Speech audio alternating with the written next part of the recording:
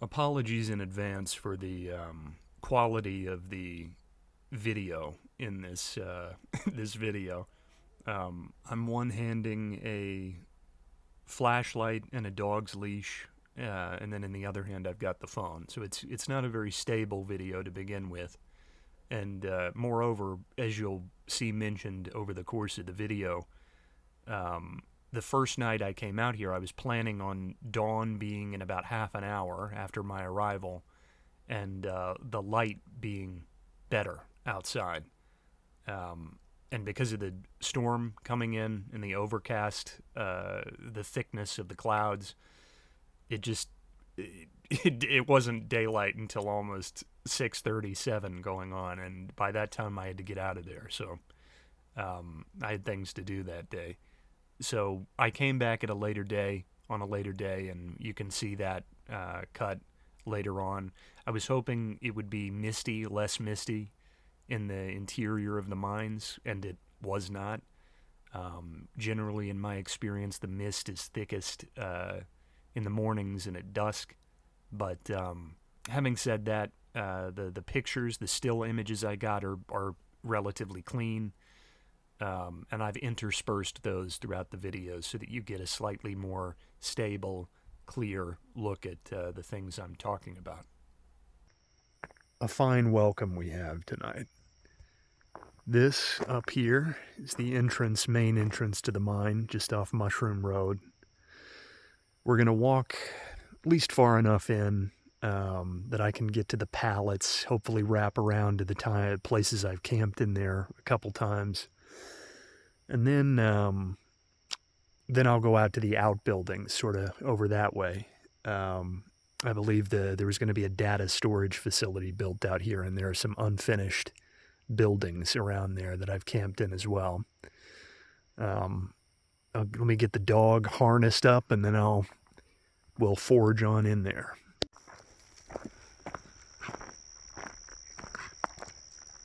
All right.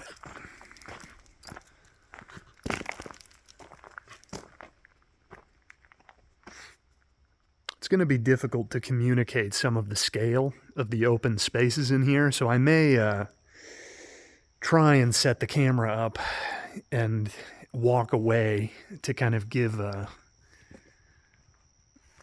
bit of a reference point for the height and distance involved.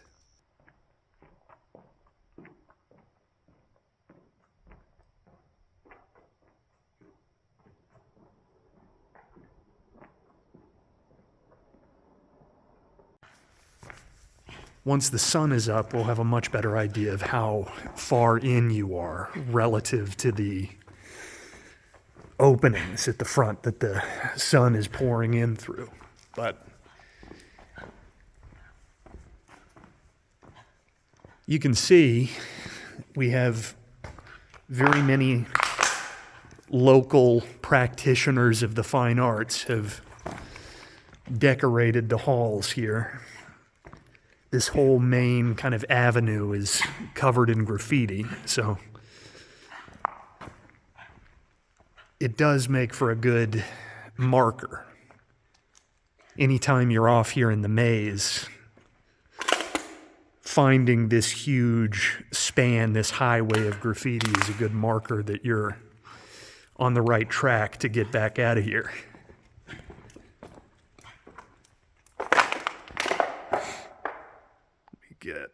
There we go. That'll give you a slightly better view of the depth there. I got to play nice with the dog at the moment. The dog is locked up sniffing something at the moment, so.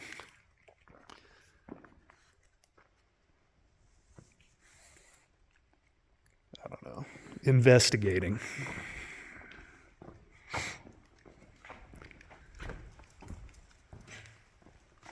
There's a few big collapses like this. Let me see if I can't crunch up here and give you a look at this giant, like pie plate style breakaway up here. But I think the first time I came out here was 2014, and I've never found a new one.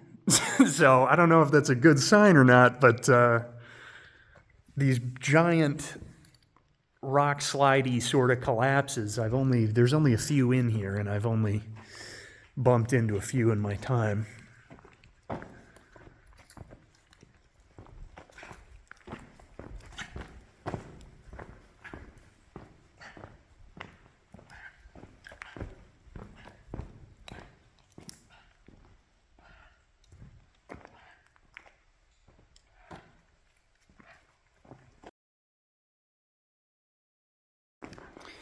It's obviously a much more rough-hewn layout to the place, but this area always reminded me of the Jackson movie representation of the mines of Moria. At least that area they're kind of forging through before they get to the bridge of Khazad-dûm, that like hall of pillars. Because all of these areas are very dense. I say dense, they're like 20 to 40 to 60 fucking, in some places, foot wide tunnels, but it's like a little maze of these big pillars.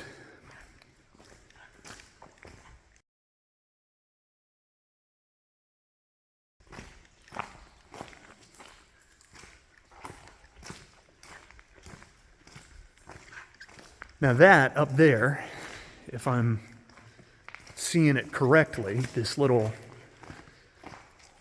pink arrow with a yellow outline around it, that is a pointer towards one of my first camping spots in this place years ago. It's very misty in here tonight though. But even though it's pretty warm even in the winter in here, and the ceiling is relatively stable, it's that moisture, the hanging mist in the air just gets everything wet, and it makes it very irksome to stay in here. Come on, come on. The guy that owns this place, Arlie Walker, is I believe a retired Marine. And I think he bought this place with a group of friends, so he and a group of friends own this place jointly. And if you ever come out here, he's very welcoming, but he is a bit of a character. He rides through here on an ATV, lit up to hell, with a group of other people often. I imagine family members, so I've only ever stopped and talked to him. Come on. Come on. Good boy. But he, so far as I'm aware, is always armed with a bucket of chewing tobacco and a rack of some cheap gas station beer. And he's fond of carrying around a bright pink 9mm that he says is his wife's gun in the waistband of a pair of UK basketball shorts. So you'll know him by his attire. But he's a good guy. This is another exit. I'll show you a little later, but those exits are honeycombed through this place. Now, way back during my first camping outing out here, I was with a friend, and we camped right in this little cubby, this nice little defensible space. Anyhow, we turtled up in here, put our sleeping bags down, but it stayed so moist with the mist and the pooled water and the dripping water. It stayed so moist over the arc of time that we were in here that we ended up moving out to the outbuildings. And any other time I've been in this mine system and camped out here, I've camped in the outbuildings. Because as warm as it is in here, again in the winter, which is maybe the drier time to be out here, ironically, it just, even then, it's so moist in here that you wake up sopping wet like you've been rained on. Now, we're coming up here on one of these exits.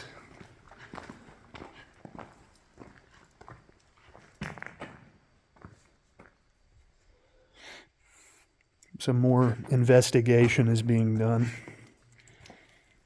A lot of blackberries and ivy and Virginia creeper grows up in these entrance drifts.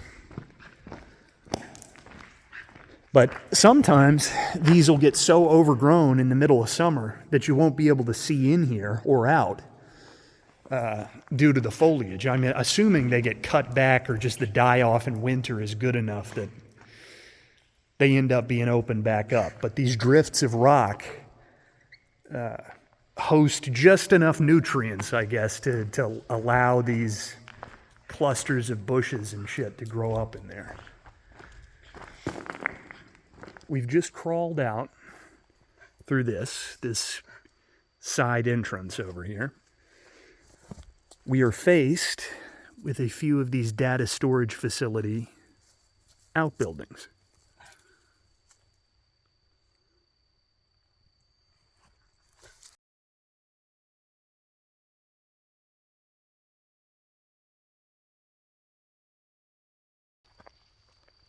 The interiors of these have been turned almost entirely into forest.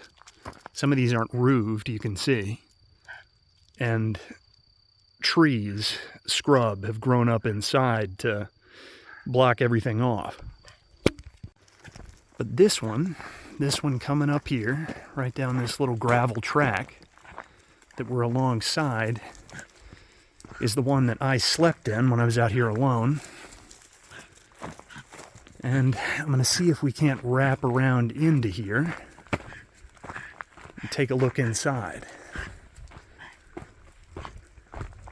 Because this is what I'm describing, this building is what I'm describing in... Dude, you're strangling yourself. Come on. Come on. Hop on out, bud. Go on. Go on. What an acrobat. All right. Now here we are. This, again, nature eating the concrete here. But this is what I laid a mattress up against, and I believe the character in Lawton does the same. And then through here, we have the only roofed building of any of these outbuildings. But only partially, and it leaks to high hell, so it's not a very great spot. I mean, it's better than the mine in terms of dryness, but this is maybe the best spot you have to shack up out here if you're gonna camp, other than building a tent. So,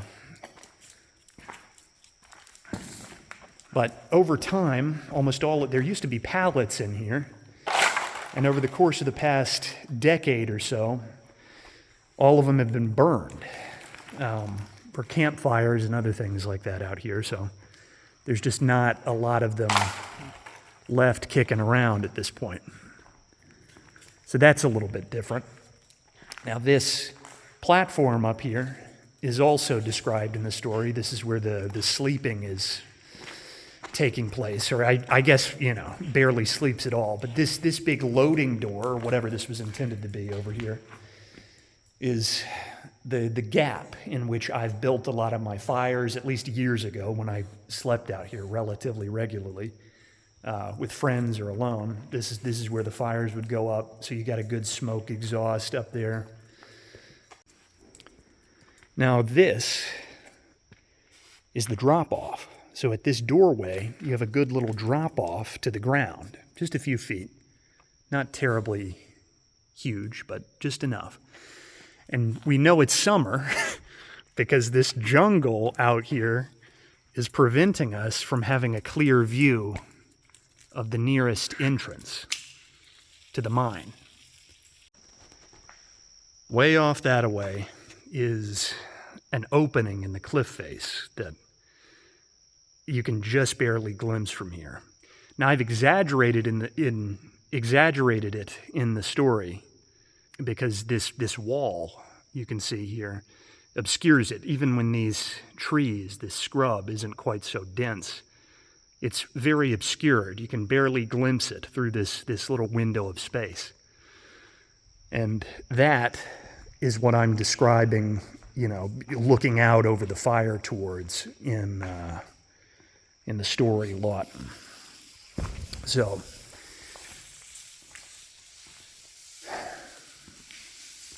it's cool to be back, though. It's been a few years since I've trucked around in here. Let me extend the... Had a few good years of absence from the old Lawton haunt. Now, this place was originally a subterranean limestone quarry, and after that became a mushroom farm, hence why most people in this area call them the Mushroom Mines. And then after that closed down, it was going in the 2000s to be a data storage facility. But whoever was looking to do that went under, or the plans fell through. So these data storage facility buildings out here, which only really started to go up in the 2000s, early 2000s, have all just been sitting here rotting for 20 years now.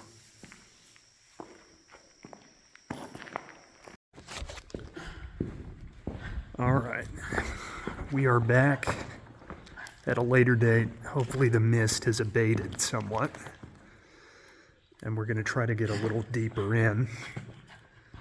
Hopefully the picture will be a little bit better this time around without the mist being so thick.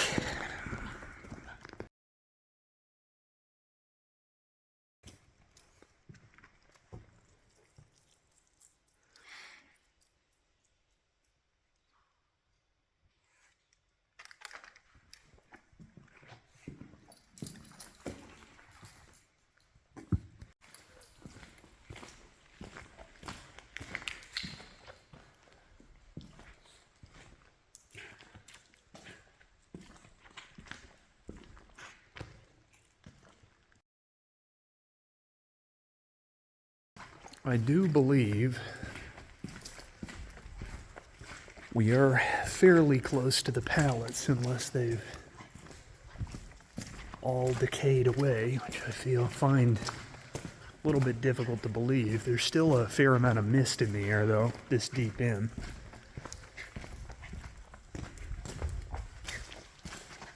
So we'll see, though. I know sometimes people set these things on fire in here, but that water's gotten... Over the years, the water level in here has kind of fluctuated up and down, but this is fairly deep, actually. I mean, all things considered, compared to what it's been, a puddle before. So to see it even 6 inches to a foot deep in some of these places is pretty impressive. It'd be cool to kayak through certain parts of this, but the corridors that flood generally don't go on very long, so I've never been so insistent as to try it.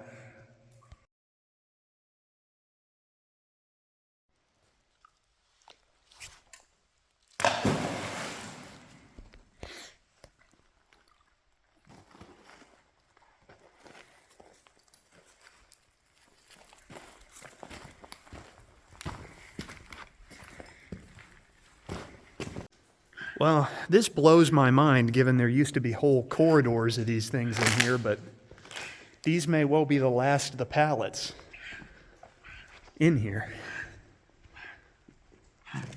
I mean, this whole place back in this little alcove should be filled with them, but we used to hide supplies. There's a good rift of them back there, but we used to hide supplies in here if we'd camp here in a weekend and not want to ruck everything out.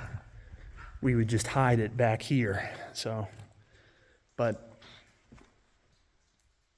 That's interesting. I mean, either people have dragged them off, or there's definitely a lot of spongy ground here, like things have been rotting, but I don't know if they've rotted that fast.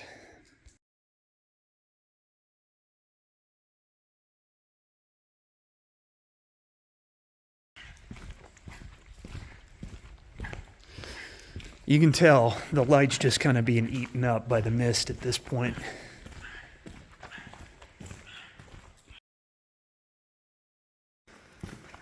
Well, it's changed quite a bit in the course of the past, I don't know, 5 years since I used to come out here relatively regularly, 4 or 5 years. So I'm surprised. I may well come back in here at some point, hopefully with the slide. Maybe I'll get a GoPro or something with a little bit more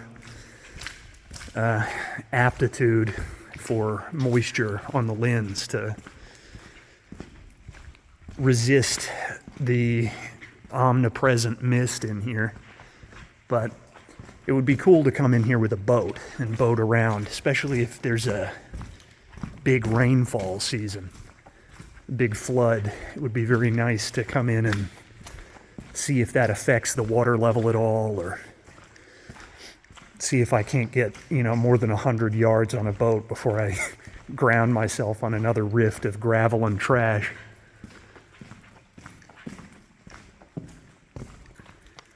I think we'll tuck off into these side corridors and see if I can't find a little time capsule for you. All right. Come on. This way. Here we go.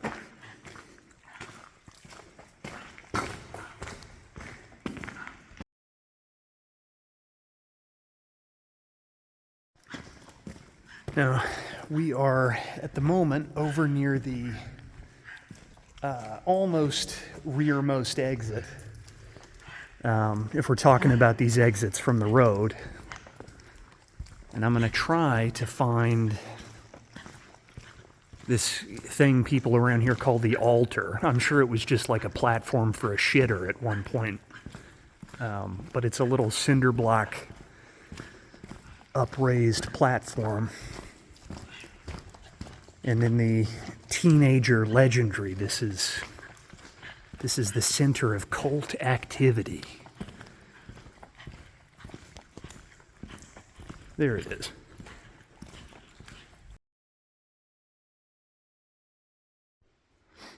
Two trademark mushrooms next to maybe the most nubile body that has ever been depicted on the canvas of stone.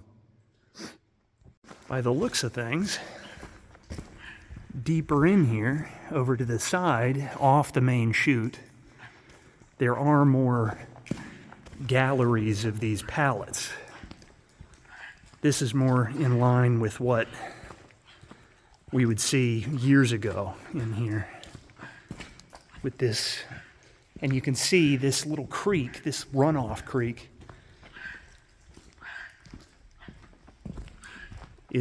goes all the way back into the depths of this place.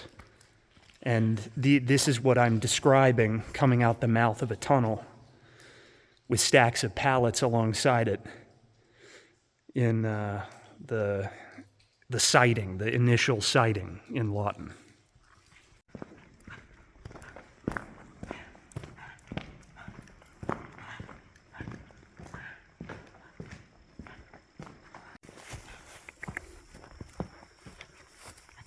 Now in the daylight, we can observe everything a little bit more cleanly. We're out near the outbuildings. And this, over here, is the gap through which the narrator is supposed to have seen his first tall man. Come on, bud. All right. Gotta navigate the growth. Everything's going crazy out here. But you can see that's where that little runoff creek kind of comes out into this mucky, muddy, vine-strewn area here. And back in back in 2014, 2015, there were a lot more pallets and piled trash in this alcove here. Obscured the view into it quite a bit. Now, just for the purposes of clarity, I am going to be using this map, this rough map, that I've pulled from the Clio Society's blog post from, I think, 2014 about a visit to this mine. You can see 1 and 2 over there are kind of the main entrances. 1 is the one I entered through both days I came out there that you saw me come up to. 11 is the roofed building I was walking around in. And 8 is the mine entrance with a kind of runoff creek or pooled water in it that I described in the story Lawton, that's visible at a flex from the kind of hole off of the raised platform at the rear end of Building 11. So Building 11 is where I would camp most often when I'd be out there. Like I say, it's a little, especially if it's dry weather out, it's a little drier than the interior of the mine, and you have a good windbreak on most sides, and you can keep a big fire roaring in that gap on the side of the building. So it's a good spot to bed down and be up out of the tick-infested grass and all that. Well, I never saw anything incredibly horrific out there. No tall men or cave ghouls or anything like that. No inexplicable entities, but I did have a very strange experience sleeping out there alone. When I came there alone, like I said, I put a mattress up against the entrance to Building 11. I was worried about black bears or just wandering people kind of coming across me, so I figured doing that would dissuade any animals and maybe cue a person into the fact that I was in there. And set up on the platform and built my fire, as ever, and I was up most of the night. A little bit uneasy, but that's fairly normal when you're alone out there. You're never entirely, I feel like, at ease. And for me, it's even more normal. I'm a fairly nocturnal animal, so it's not unusual for me to go to bed pretty late, after 4 or 5 a.m., before dawn. So it wasn't until about 4 or 5 a.m. that I bedded down and actually managed to get to sleep. I'd been tossing around and just tending the fire for a long while. And what I'm about to say, I guess I should preface what I'm about to say by saying that I've never, other than perhaps this, had a sleepwalking experience or anything analogous to that in my entire life. I've never heard anybody tell me, relatives, friends, etc., that I've talked or moved in my sleep. I've certainly never woken up to find myself somewhere that I didn't fall asleep, but as I say, I fell asleep maybe 5 a.m., close to dawn, skies beginning to turn blue. And when I woke up, I was standing outside of entrance 6 on this map, which is, I suppose it doesn't look like a terribly long distance, but it's the better part of 100 yards to get out there. And to get there, one would have to hop down off the platform of Building 11 and walk through a lot of broken glass and nails and trash and brush, really, overgrown scrub to get over there. So it's not like walking down a hallway. But I woke up standing in front of Building 6, as I say, maybe an hour later, right after sunrise. It was like 6:30, I think, when I got back to the outbuilding and checked a phone. But I didn't have any of my equipment on me. I had no lights. So it's a far from inexplicable experience, but it definitely unnerved me at the time. Fortunately, daylight had just come about, and even if you're way, way back there in the mines, during the day you can see faint light off in the distance to kind of guide you towards an exit, but I've always kind of wondered how far I could have made it in there. sleepwalking without waking up, but it was definitely a spooky experience. Overall, the atmosphere of the place is spooky in itself. As you heard probably when I was walking around in there, I mean, the dog is huffing and puffing, which doesn't help things, but fallen stones and dripping water and all of these things, scurrying rats, echo off the walls and sound much more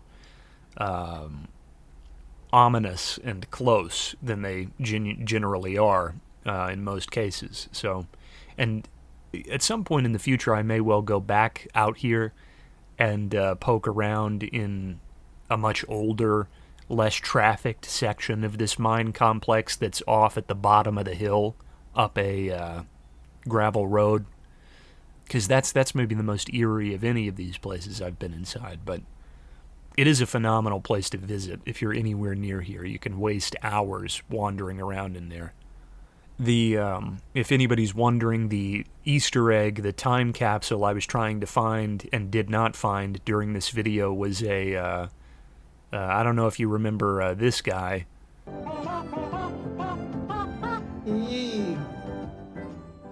But it was a fairly alright graffiti image of this critter created around the time this meme was of relevance, and even now, years later, it teleports me back to the mid 20-teens. So, but alas, I think it may well have been painted over. If you're ever out here and you discover that, it is a treat to look upon. It's like I say, it's a very good rendition of that critter.